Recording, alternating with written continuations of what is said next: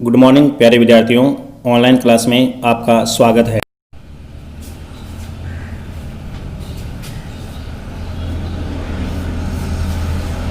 हाँ तो प्यारे विद्यार्थियों, हम बात करेंगे, अभी हमने जिससे पहले पढ़ा था कि भारतीय अर्थव्यवस्था एक है अविकसित या पिछड़ेपन की अर्थव्यवस्था, उसके कुछ लक्षण पढ़े थे। हम बात करते हैं कि हमारे देश की जो अर्थव्यवस्था है वो पिछड़ेपन की नहीं बल्कि एक विकासशील अर्थव्यवस्था के रूप में भी द्योतक मानी जाती है। तो उसके भी कुछ ऐसे लक्षण हैं जो ये दिखाते हैं कि भी हमारे देश की अर्थव्यवस्था धीरे धीरे अपने विकास की ओर अग्रसर है और वो विकासशील अर्थव्यवस्था को दर्शाती है। तो बात करते हैं सबसे पहले कि भाई देश की अर्थव्यवस्था विकासशील अर्थव्यवस्था है तो उसके कौन कौन से ऐसे लक्षण है, कौन कौन सी प्रमुख विशेषताएं जो राष्ट्रीय अर्थव्यवस्था को विकासशील अर्थव्यवस्था के रूप में दर्शाती है। तो देखो, ये अध्ययन करने के बाद ये निष्कर्ष निकाल सकते हैं कि भी हमारे देश की अर्थव्यवस्था अविकसित अर्थव्यवस्था है, लेकिन ये पूर्णतया सही नहीं है। हाँ, कुछ ऐसी विशेषताएं हैं जिनको देखने से आप पढ़ने से ऐसा लगता है कि हमारे देश की अर्थव्यवस्था बिल्कुल अविकसित अर्थव्यवस्था, लेकिन ये पूर्णतया सत्य नहीं है।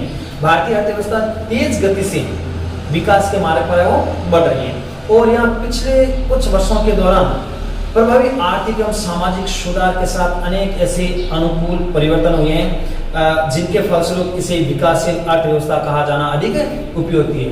कहने का होता है कि कुछ वर्षों के दौरान देखा है कि आर्थिक और सामाजिक संरचनाभूत ऐसे कई परिवर्तन हैं जिनके माध्यम से हमारे जो देश की अर्थव्यवस्था है वो विकासशील अर्थव्यवस्था कहना अधिक उपयुक्त होगा। इसके साथ जैसे भारत में राष्ट्रीय आय तथा प्रति व्यक्ति आय में लगातार तेजी से वो बढ़ोतरी हुई है। अगर हम देखें तो हमारे देश की अर्थव्यवस्था विकासशील जो अर्थव्यवस्था उसके रूप में देश की जो राष्ट्रीय आय है और जो प्रति व्यक्ति आय का जो स्तर है वो लगातार धीरे धीरे क्या हो रहा है, तीव्र गति से वो बढ़ रहा है और इसे संरचनात्मक परिवर्तन अनुकूल दिशा में हो रहे हैं और इसके जो परिवर्तन और संरचनात्मक परिवर्तन हम देखने को मिल रहे हैं। तो सबसे पहले हम बात करते हैं राष्ट्रीय आय एवं प्रति व्यक्ति आय में सातत्य एवं तीव्र वृद्धि।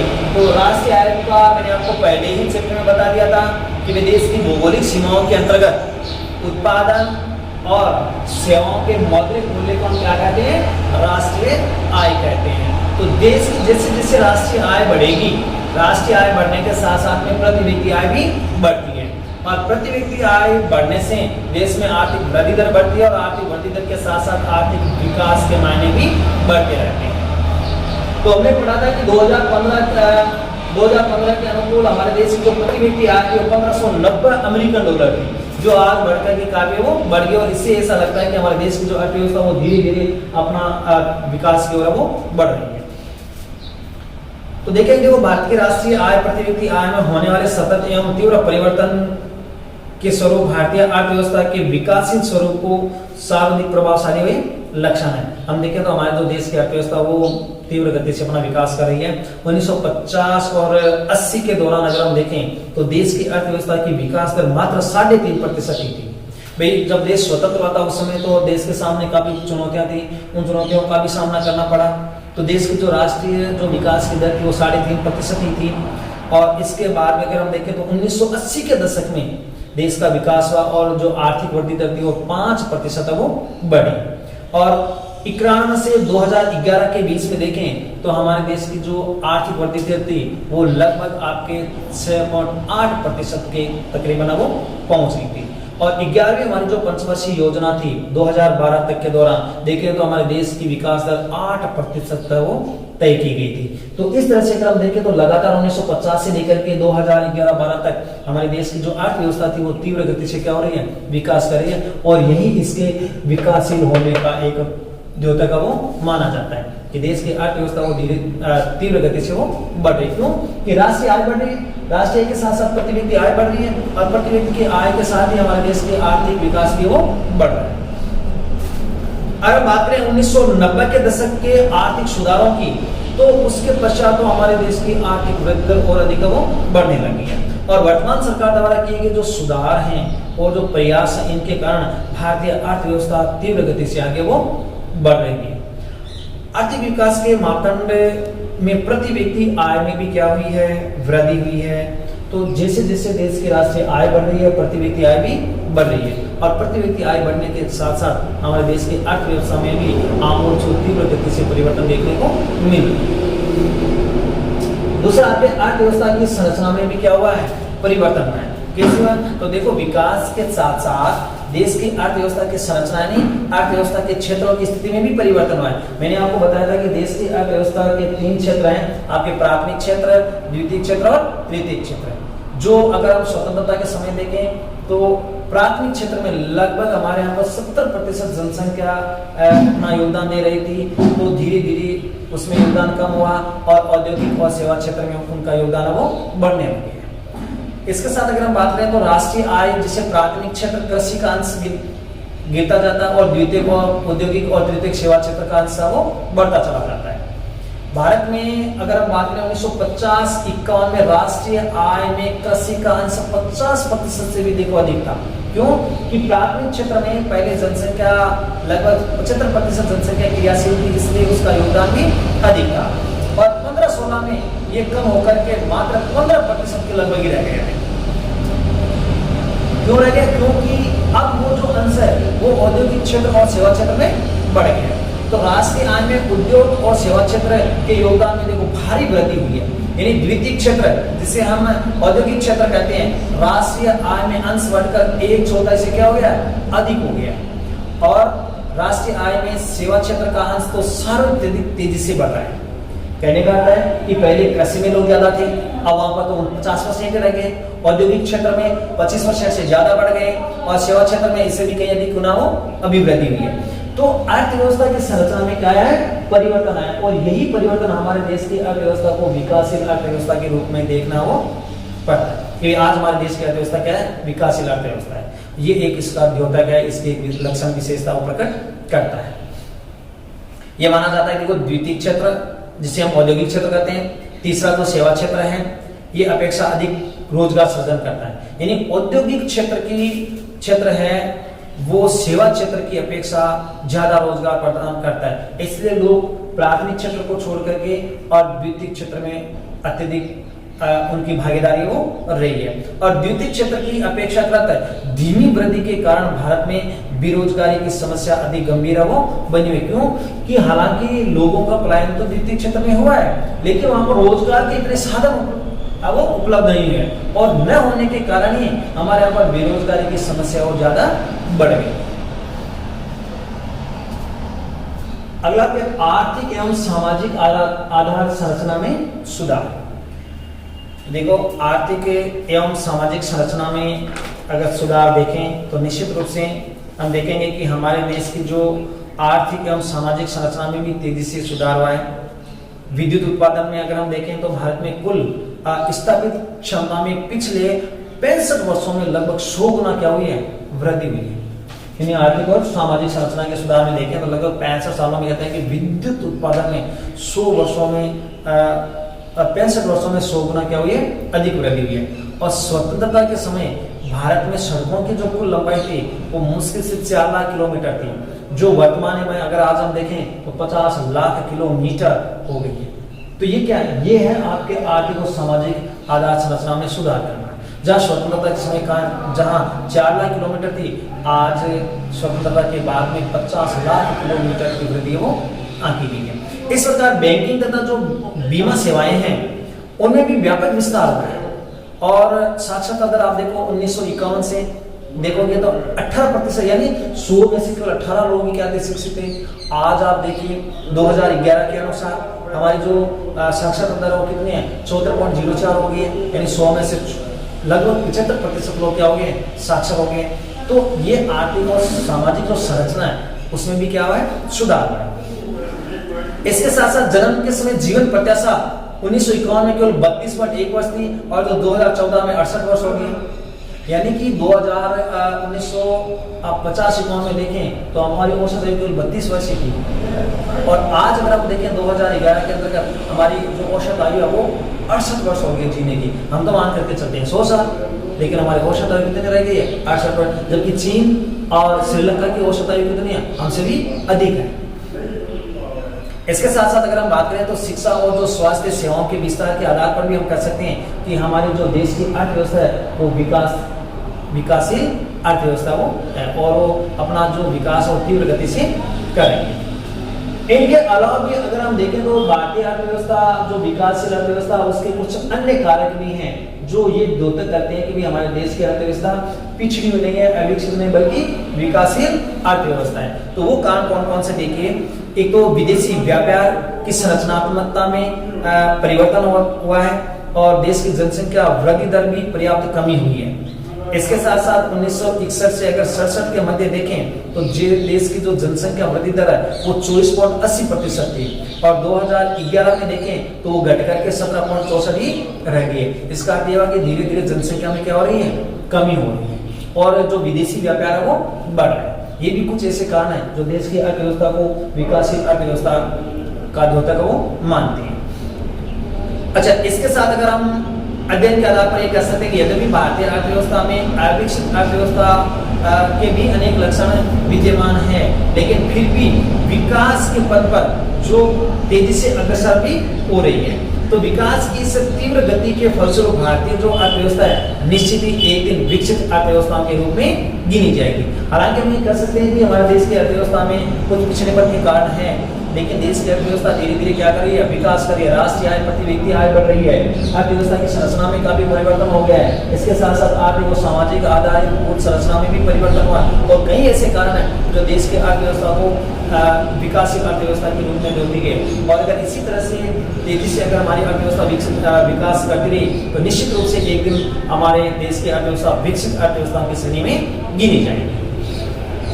अब हम आगे पढ़ते हैं आपके आर्थिक सुधार कौन कौन से हुए। जैसे भी हमने पढ़ा था कि आर्थिक और सामाजिक आधारभूत संरचना में कुछ सुधार हुआ है। तो आर्थिक सुधारों में आप इन 3 बिंदुओं को देख सकते हैं।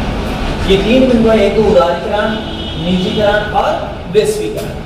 इन तीनों के कारण ही आर्थिक और सामाजिक आधारभूत संरचना में काफी सुधार हुआ और हमारे देश की अर्थव्यवस्था जो पहले अविकसित थी, पिछड़ेपन की शिकार थी, आज वो विकासशील अर्थव्यवस्था के रूप में मानी जाती है। तो सबसे पहले हम बात करते हैं उदारीकरण की कि वास्तव में ये उदारीकरण है क्या, उदारीकरण का दौर है वो कब से शुरू हुआ था।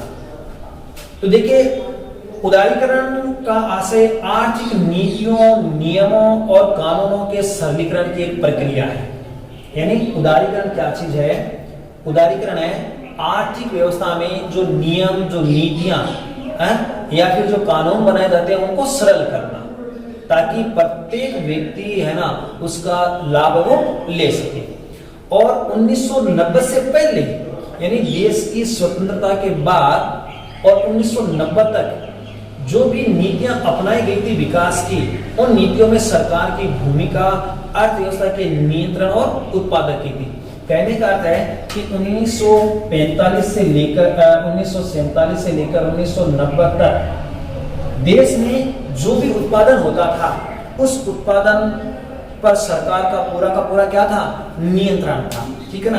प्राइवेट सेक्टर में किसी भी प्रकार के उद्योग धंधों को नहीं रखा गया था। केवल कुछ ही लोगों को प्राइवेट सेक्टर में उद्योग धंधे लगाने का लाइसेंस या कहते हैं ना अनुज्ञा वो दी गई थी। बाकी जितने भी बड़े बड़े उद्योग थे उन सभी पर किसका नियंत्रण था, सरकार का नियंत्रण था। 1990 के बाद में बाद से लेकर आज तक देखें तो हमारे देश में उदारीकरण का दौर चला। किसका चला, आर्थिक सुधार या उदारीकरण का दौर चला। और इसमें जो नियम, जो कानून या जो प्रक्रिया थी उसको सरल कर दिया गया। और अब आप देखते हो कि कोई भी व्यक्ति अपना छोटा बड़ा उद्योग धंधा लगा सकता बिना अनुमति के, बिना लाइसेंस के। इससे पहले सरकार से लाइसेंस प्राप्त करना पड़ता था और जो बहुत ही कठोर प्रक्रिया थी। इसलिए इसे कहते हैं उदारीकरण का दौर शुरू होना। और ये उदारीकरण का दौर शुरू हुआ था आपके 1990 में। और देखो इसके बाद सरकार द्वारा 1991 में नई आर्थिक नीति के अंतर्गत अर्थव्यवस्था में अवांछित नियंत्रणों और प्रतिबंधों को क्या कर दिया, समाप्त कर दिया। 1991 में सरकार ने एक नई अर्थव्यवस्था की योजना चलाई जिसे नई आर्थिक नीति कहते हैं। उसमें जो भी प्रतिबंध थे, जो भी समस्या थी, उन सबको क्या कर दिया, समाप्त कर दिया। और कुछ नए नियम भी लागू कर दिए गए। इसके अंतर्गत देखो जुलाई 1991 में नई औद्योगिक नीति घोषित की गई। ये सबसे इंपॉर्टेंट क्वेश्चन है। उदारीकरण के दौरान ही आपके जुलाई 1991 में नई औद्योगिक नीति, नई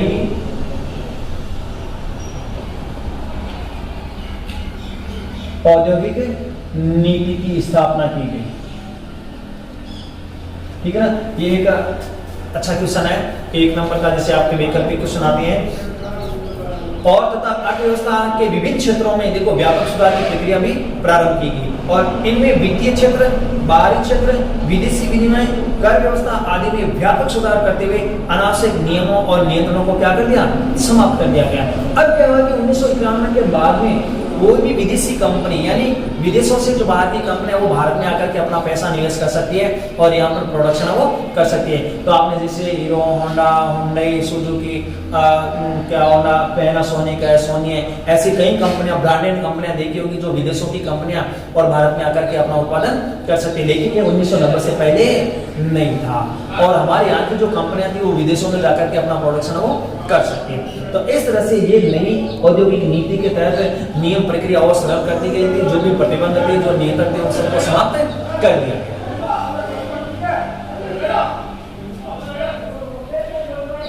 इसके अलावा अगर आप देखोगे तो उदारीकरण की जो प्रक्रिया के फलस्वरूप भारतीय अर्थव्यवस्था समाजवादी मिश्रित अर्थव्यवस्था से पूंजीवादी मिश्रित अर्थव्यवस्था में परिवर्तित होगी। जो पहले हमारे यहाँ पर समाजवादी मिश्रित अर्थव्यवस्था थी, आज वो पूंजीवादी मिश्रित अर्थव्यवस्था के रूप में वो जानी जाती है।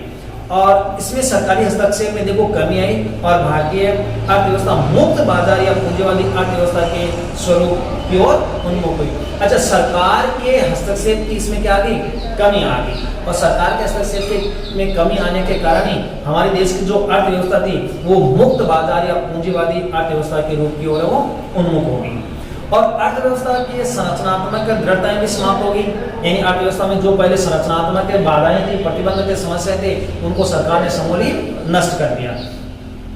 और ये कहा जाता है कि आर्थिक क्षेत्रों तथा नीतियों में सरकारी बाधाओं को समाप्त करके अर्थव्यवस्था के उत्पादन, व्यापार की क्रियाओं को सरल बनाने की प्रक्रिया ही क्या कहलाती है, उदारीकरण कहलाती है। यानी अर्थव्यवस्था या आर्थिक क्षेत्र में नीतियों,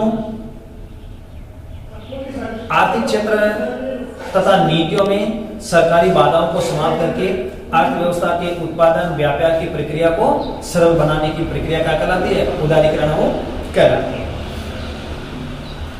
तो ये था आपके उदारीकरण का दौर जो 1991 के बाद में शुरू हुआ था देश के अंतर्गत, और आर्थिक क्षेत्र में उपलब्ध जो भी आपके अर्थव्यवस्था में जो उत्पादन है या व्यापार की जो बाधाएं हैं, नियंत्रणों को समाप्त करके और नई प्रक्रिया को लगाना ही उदारीकरण की प्रक्रिया वो कहलाती है।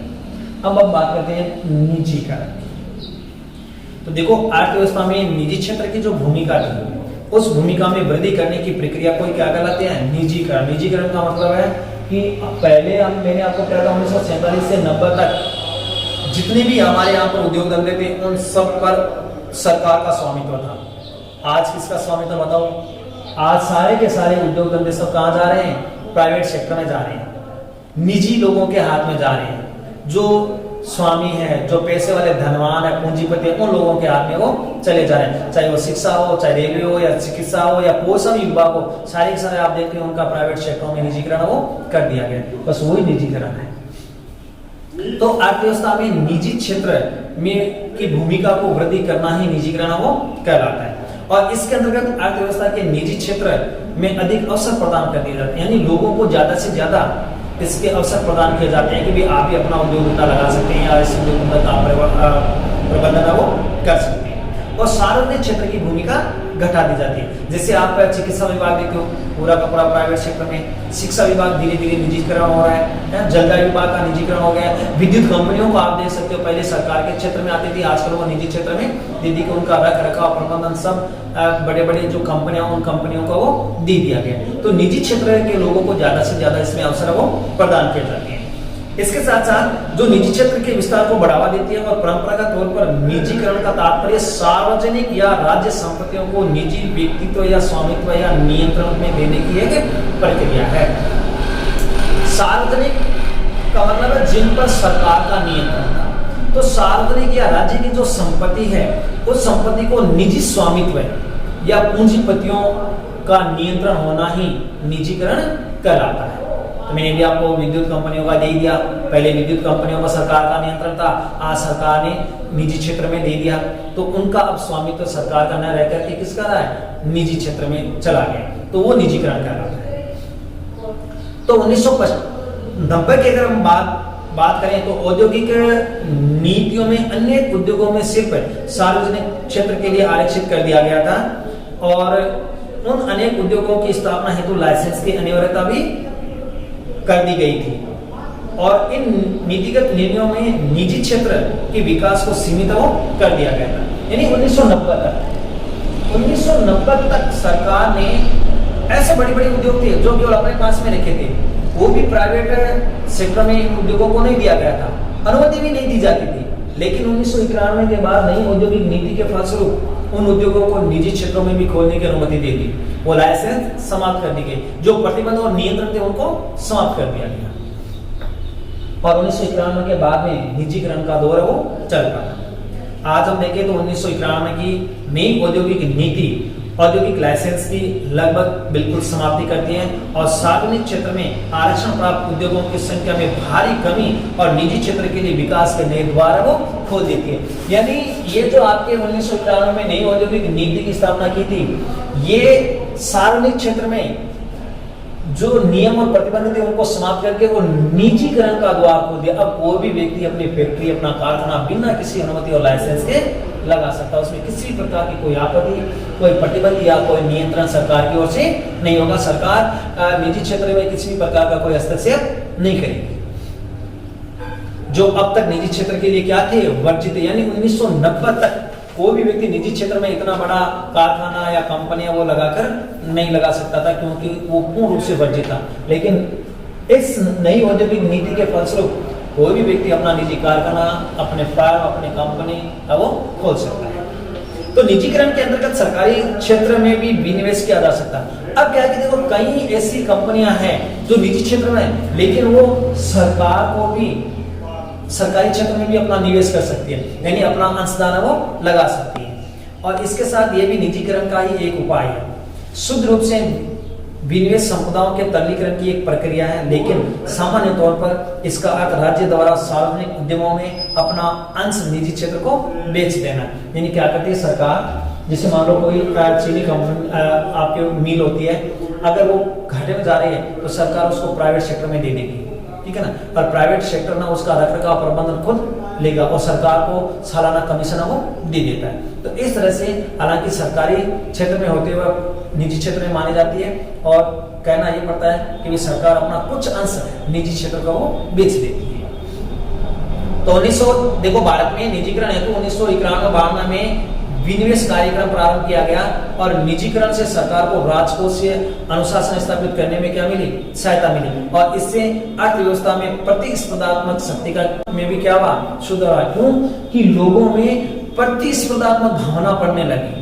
अब व्यक्ति है ना एक से एक अच्छा गुणवत्ता वाला उत्पादन वो करने लगा, क्योंकि प्रतिस्पर्धा में वही होता है कि मार्केट में यानी बाजार में दूसरे लोगों से हमें प्रतिस्पर्धा करनी पड़ती है, होड़ करनी पड़ती है, उच्च क्वालिटी का उत्पादन करना पड़ता है, तभी वो बाजार में वो टिक पाता है। तो लोगों में प्रतिस्पर्धात्मक होड़ शुरू होगी, प्रतिस्पर्धा में सुधार भी होने लगा, और हमारी जो अर्थव्यवस्था थी, अर्थव्यवस्था में भी काफी संरचनात्मक सुधार देखने को मिला।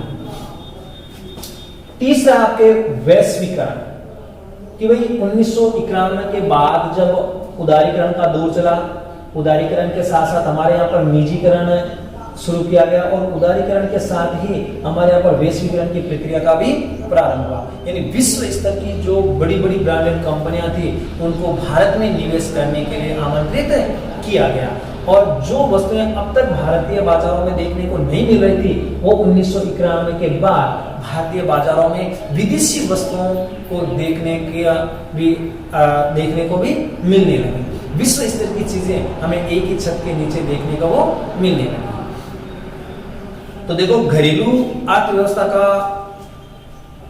के साथ साथ एकीकरण वैश्वीकरण कहलाता है, और वैश्वीकरण एक ऐसी प्रक्रिया जिसमें राष्ट्रीय अर्थव्यवस्था का स्तर उनकी राजनीतिक सीमाओं के क्या होता है, बाहर होता है। यानी ये देखो, जैसे निजीकरण और उदारीकरण तो हमारे केवल और केवल देश की सीमाओं के अंतर्गत है, और यह वैश्वीकरण यानी विश्व स्तर की सेवाएं, है ना। तो ये हमारे देश की सीमाओं के बाहर अर्थात अंतरराष्ट्रीय स्तर पर दो देशों के बीच में हमें व्यापारिक समझौते करके वहां से उन वस्तुओं को हम अपने देश में क्या कर सकते हैं, आयात कर सकते हैं, हमारे यहाँ की वस्तुओं को हम दूसरे देशों में निर्यात कर सकते हैं। और देखिए वैश्वीकरण से आर्थिक खुलेपन तथा देशों के बीच आर्थिक निर्भरता में वृद्धि हुई। इसके साथ साथ वैश्वीकरण से विभिन्न नए आयामों में जैसे मुक्त प्रवाह है, पूंजी प्रवाह है, और साथ साथ में समेकित वित्तीय बाजार, श्रम का स्वतंत्र प्रवाह, प्रौद्योगिकी का स्वतंत्र प्रवाह तथा ज्ञान का प्रसार आदि देखने को मिलता है। आज आप देखते हो कि हमारे देश में जो नई टेक्नोलॉजी आई है वो किसके कारण है, वैश्वीकरण के कारण है। पूंजी का प्रवास आज देश में बड़ी बड़ी जो ब्रांडेड कंपनियां वो भारत में क्या कर रही है, अपना व्यापार कर रही है, तो वो किस कारण से करे, वैश्वीकरण के कारण। आज मानव श्रम विदेशों में जाता है, विदेशों के लोग यहाँ पर आते हैं, तो वो किसके कारण है, वैश्वीकरण के कारण है। ज्ञान और तकनीकी सारा वैश्वीकरण के कारण एक राष्ट्र से दूसरे राष्ट्र के अंतर्गत वो पहुंच रहा है। तो स्वतंत्रता के बाद अगर हम बात करें तो भारत ने विदेशी व्यापार तथा विदेशी निवेश पर अनेक प्रतिबंध लगा रखे थे पहले 1990 तक, और घरेलू उत्पादकों को विदेशी प्रतियोगिताओं को संरक्षण प्रदान करने के लिए इसे अनिवार्य कर दिया गया था। यानी 1947 से लेकर 90 तक हमारे देश में जो उत्पाद हो रहे थे उन उत्पादों को अंतर्राष्ट्रीय स्तर का बनाने के लिए ही सरकार ने बाहर वालों पर प्रतिबंध लगा दिया कि वो हमारे देश में नहीं आ सकते हैं। क्यों कि हमारे देश में होने वाले प्रोडक्शन को विदेशी प्रोडक्शन के सामने लाए, तो उनमें ऐसी प्रतिस्पर्धा होनी चाहिए कि वो उस बाजार में टिक सके, अपना प्रभाव वो जमा सके। इसलिए सरकार ने ऐसा वो करने का फैसला किया था। और 1991 में देखो सरकार ने ये निश्चय किया कि अब भारतीय उत्पादकों के लिए विश्व के उत्पादकों से प्रतियोगिता करने का समय आ गया है। और फिर जुलाई 1991 में नई औद्योगिक नीति की स्थापना करते हुए भारतीय उद्योगपतियों को बाहर और बाहर के उद्योगपतियों को भारत में आने का निमंत्रण दिया। और देखो वैश्वीकरण की प्रक्रिया में भारतीय विदेशी व्यापार तथा विदेशी निवेश पर प्रतिबंधों की कमी काफी सीमा तक हटा दिया गया, और निवेशों पर से प्रतिबंधों को काफी सीमा तक हटा दिया गया, और व्यापार अवरोधों को हटाकर आयातों का उदारीकरण भी कर दिया गया, और कुछ को छोड़कर अधिकांश वस्तुओं से स्वतंत्र व्यापार की अनुमति भी दी गई। और इस मामले में अगर आप देखोगे तो बहुराष्ट्रीय कंपनियां देखो वैश्वीकरण की प्रक्रिया में एक महत्वपूर्ण भूमिका निभाई। बहुराष्ट्रीय कंपनियों का मतलब क्या हुआ कि एक ही कंपनियां ना विश्व के अनेक देशों में अपना प्रोडक्शन वो करती है, ठीक है ना। जैसे आपने हुंडई का नाम सुना है, होंडा का नाम, हीरो होंडा का नाम आपने सुना होगा। जापान के हैं ऐसी कंपनियां जैसे पैनासोनिक है, नेशनल है, सोनी है, ये ऐसी कंपनियां हैं जो विश्व के अनेक देशों में अपना प्रोडक्ट वो करती है। तो ये बहुराष्ट्रीय कंपनियां हैं, और वैश्वीकरण में बहुराष्ट्रीय कंपनियों ने अपना महत्वपूर्ण योगदान वो दिया था। एक बहुराष्ट्रीय कंपनी क्या है, देखो जो एक से अधिक देशों में अपना उत्पादन पर नियंत्रण रखे तथा स्वामित्व रखती है, और वर्तमान में विभिन्न देशों के बीच सेवाओं में निवेश और प्रौद्योगिकी का आदान प्रदान भी। आज अगर आप देखें तो दुनिया भर के देश एक राष्ट्र से दूसरे राष्ट्र में विज्ञान और प्रौद्योगिकी का क्या करते हैं, आदान प्रदान करते हैं, सेवाओं का आदान प्रदान करते हैं। इसके साथ साथ सूचना और संचार प्रौद्योगिकी का आदान प्रदान करते हैं। इसने तो वैश्वीकरण ने तो इसको और ज्यादा क्या तीव्र गति प्रदान की है, और देशों के बीच सेवाओं के उत्पादन से के प्रसार में प्रमुख भूमिका भी निभाई है। यानी संचार टेक्नोलॉजी ने विभिन्न राष्ट्रों के बीच में जो दूरियां थी वो क्या कर दी है, सीमित कर दी है। इसके साथ साथ भारत ने भी सूचना और प्रौद्योगिकी के बदलते अपने सेवाओं को अंतर्राष्ट्रीय बाजारों में बेचकर देखो वैश्वीकरण के लाभों को भुनाया है। यानी आज भी हमारे देश में देखें तो ये जो आप सूचना और प्रौद्योगिकी की देखते हो, इसके माध्यम से अंतर्राष्ट्रीय बाजार में इसको कार्य लेकर के और देश ने वैश्वीकरण का वो बढ़ावा दिया। इसके साथ अगर हम बात करें तो विश्व व्यापार संगठन जो 1 जनवरी 1995 में उसकी स्थापना हुई थी, WTO जिसे कहते हैं, इसके साथ साथ यह राष्ट्रों के बीच व्यापार के नियमों को निर्धारण करता है, इसके साथ साथ नियमन का कार्य करता है, और बहुपक्षीय व्यापारिक समझौते क्रियान्वयन एवं नियंत्रण का कार्य भी करता है, जो दो राष्ट्रों के बीच में अंतर्राष्ट्रीय व्यापार को बढ़ावा देता है। तो ये कारण है, ये सारे के सारे किसके कारण है, वैश्वीकरण के कारण ही संभव हो पाया, और वैश्वीकरण के कारण ही इन सभी को अगर आप देखोगे तो राष्ट्रों के बीच में व्यापारिक बढ़त या कहें कि निवेश, ये सब कुछ 1991 के बाद और औद्योगिकी प्रक्रिया के परिणाम स्वरूप ये संपन्न हो पाया है।